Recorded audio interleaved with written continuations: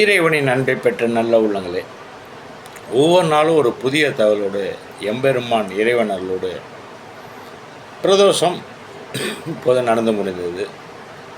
எல்லாம் வல்ல பரம்பொருள் நமக்கு ஒரு சில சிந்தனைகள் வரும் பொழுது அதை அன்பர்களுக்கு தெரிவிப்பதற்காக ஒரு புதிய ஒரு தலைப்பு, என்ன செய்யலாம், என்ன கொடுக்கலாம் என தெரிந்து கொள்வதனால நமக்கு என்ன பலன். இப்போ நான் கையில் மோதிரம் போட்டிருக்கேன், ஏன் போடணும், எதுக்கு போடணும், இது சம்பந்தமாக ஒரு காணொலி. இதுக்காக தான் இந்த கையில் எந்தெந்த விரல் என்னென்ன எப்படி இருக்குது, மோதிரம் தான் அவசியமா, தங்கம் மட்டும்தான் அணிய வேண்டுமா, மோதிரம் அணிவது அவசியமா, இதுதான் இப்போதைக்கு நம்ம பார்க்க போகிற ஒரு சின்ன தலைப்பு. இதை ஒரு தெளிவுக்கு தான், இதை ஒரு பழமைய நம்முடைய முன்னோர்கள் சொன்னது அறிவுரைப்படி நம்ம இப்போ சொல்ல போகிறேன். இன்றைக்கி பலருக்கும் முக்கியமான கேள்வி என்னென்னா, ஒரு சில பார்த்தீங்கன்னா 10 விரலையும் 10 விதமான மோதிரம் போட்டிருப்பாங்க. அது வேறு இடம் இல்லை போலருக்கு, இருந்தால் இல்லைன்னா எல்லா இன்னும் நிறைய இடத்துலையும் மோதிரம் போட்டிருப்பாங்க. கைவிரலில் மோதிரம் ஏன் அணிய வேண்டும்? எல்லோரும் மோதிரம் அணிவது அவசியமா? தங்கம் மோதிரம் மட்டும்தான் அணியணுமா? நம்மோட இந்து மரபுப்படி, ஜோதிட நம்பிக்கைகளின்படி மோதிரம் என்பது வெறும் அலங்கார பொருள் மட்டும் அல்ல. அது மங்கள சின்னமாகவும் அடையாளமாகவும் சில பேர் கருதுகிறார்கள். கிரக ஆற்றல்கள் நினைவு சின்னமாகவும் பார்க்கப்படுகிறது. ஒவ்வொரு விரலும் ஒரு குறிப்பிட்ட கிரகத்தோட இணைஞ்சிருக்கு. அந்த ஜோதிட மரபில் சொல்கிறாங்க, ஆள்காட்டி விரல் குரு, நடுவிரல் சனி, மோதிர விரல் சூரியன், சுண்டு விரல் புதன் ஆகியவற்றுடன் இணைக்கப்படுகின்றன என்று சொல்லப்படுது. இதனால் தான் சிலர் தங்கள் நம்பிக்கையின்படி குறிப்பிட்ட விரலில் மோதிரம் அணிகிறார்கள். ஆனால் இது ஒரு மத நம்பிக்கை மற்றும் ஜோதிட மரபை எல்லோரும் கட்டாயம் பின்பற்ற அவசியமும் இல்லை. இப்போ கட்ட விரல்னு சொன்னாலே உங்களுக்கு நிறைய பேர் சொல்லுவாங்க, கட்ட விரலை பொறுத்தவரையிலும் கணபதி, பிரம்மா, சிவன், விஷ்ணு. இந்த ஆள்காட்டி விரல் மட்டும் குரு. இந்த ஆள்காட்டி விரலை அதிகமாக யூஸ் பண்ண மாட்டாங்க, அதில் போடக்கூடாதுன்னு சொல்லுவாங்க. அது அப்போலேருந்து ஒரு இதாக சொல்கிறாங்கன்னு வச்சுங்களேன். மற்றவங்க சொல்கிறது, முன்னோர்கள் சொன்னது தான் நம்ம பின்பற்ற வேண்டியது. அடுத்தது ஒரு முக்கியமான கேள்வி என்னென்னா, தங்க மோதிரம் மட்டும்தான் போடணுமா, இல்லை வெள்ளி, பஞ்சலோகம், கல் மோதிரம் அந்தந்த ராசிக்கு தந்தாப்பில் ஒரு கல் இருக்குது, அது தந்தாலும் போடலாமா, செய்யப்பட்ட மோதிரம் தான் போடலாமா, எந்த உலோகம் அணிய வேண்டும் என்பது குடும்ப மரபு, விருப்பம் அல்லது மத நம்பிக்கையை பொறுத்து மாறுபடும்.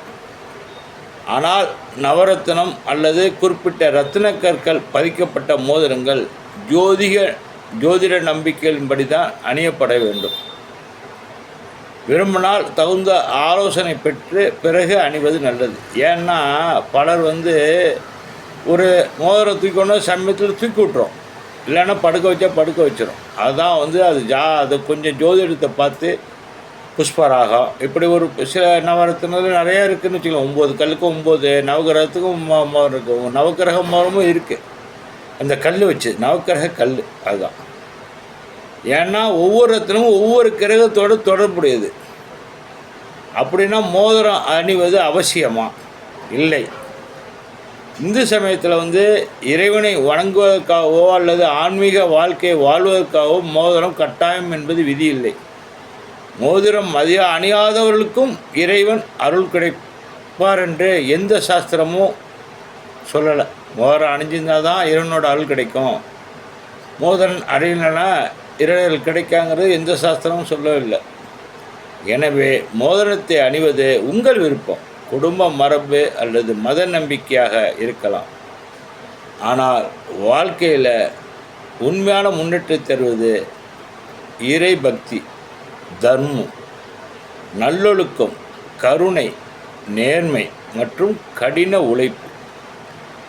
இந்த 5ம் நமசிவாய மந்திரத்தோடு தொடர்பு கொண்டது.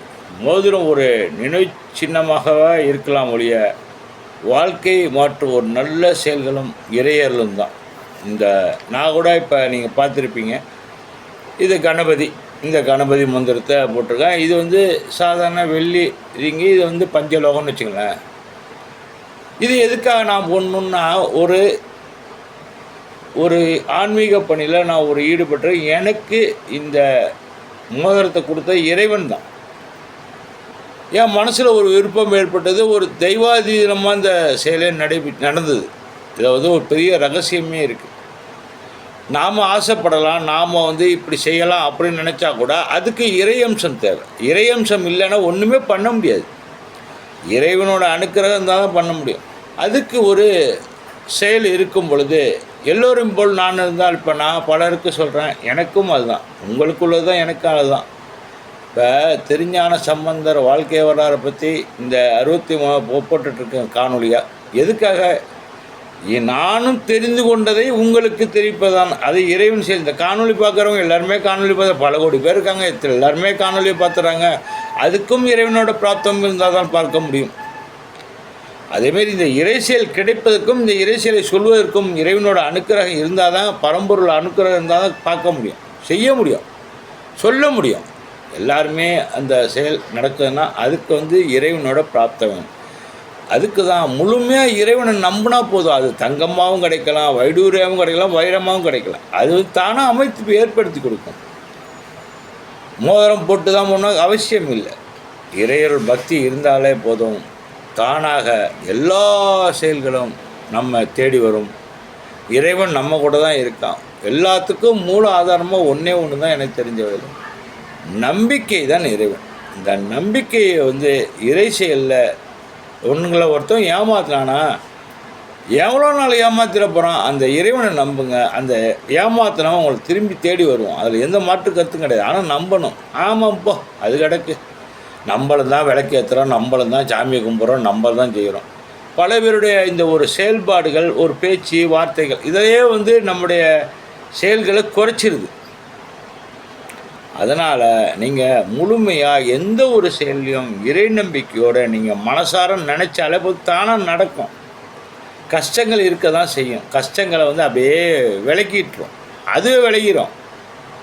நம்ம தேடி போக தேவையில்லை. அதுவாக வந்துனா கூட அதுவாக யார் கொடுத்தாங்களோ அதுவே விலகி ஓடிடும். யார் ஏமாற்றணும்னு நினச்சாங்களோ அது ஏமாந்தவங்க வந்து நிச்சயமாக வாழ்க்கையில் நல்லா இருக்குன்னு நினைங்க, அவங்க அவங்கள தேடி வருவாங்க. இப்போ கடன் கொடுத்தான் உடனே நம்ம என்ன வரும், ஐயோ அவன் செத்துறக்கூடாதா. நிறைய பேருக்கு அந்த எண்ணங்கள் தான் வரும். ஏன்னா அவனோட மனசெல்லாம் அப்படி தான் இருக்குது. அவன் நல்லா இருக்கிறதோடு தான் இன்னும் 4 பேருக்கு கடன் கொடுப்பான். அவன் நம்ம திருப்பி கொடுத்தாங்கன்னா அவனும் கொடுப்பான். நம்ம ஏமாற்றக்கூடாதுல்ல, நம்ம மேலே தப்ப வச்சுக்கிட்டு கடன்காரனை ஒழியணும் அப்படி நம்ம நினைக்கக்கூடாதுல்ல. அதாவது நாம் கடன் வாங்குறப்ப எப்படி இருந்தோமோ அதே மாதிரி கொடுக்குற சூழ்நிலை அதேமாரி இருக்கணுங்கிறது என்னோட எண்ணங்கள். அப்படி நினச்சி பாருங்கள். வாங்கினவனும் நல்லா இருக்கணும், கொடுக்குறவனும் நல்லா இருக்கணும். அந்த எண்ணத்தோடு வாங்க, கொடுங்க. கடன்கிறது ஒரு எல்லாருக்கும் இப்போ இந்த வாழ்க்கையில் கடன்கிறது ஒரு முக்கியமான ஒரு இதாக போச்சு. கடன் வாங்காத வாழ்க்கையில் இருக்குது. அதுவும் இறைவன் அமைத்து கொடுப்பான். குறிப்பிட்ட காலம் தான் எல்லாமே மாறும். வாழ்க்கை ஒரு சக்கரம் தான். அந்த என்னைக்கு இன்றைக்கி ஏழையாக உள்ளவன் நாளைக்கு பணக்காரனாகும். உங்களுக்கே தெரியும், ஒன்றுமே இல்லாதவங்க இன்றைக்கி அமைச்சர். உலகமே அறியக்கூடிய ஒன்றுமே தெரியாதவங்களாம் இன்றைக்கி அமைச்சர். அதெல்லாம் வந்து வாழ்க்கை சக்கரம்.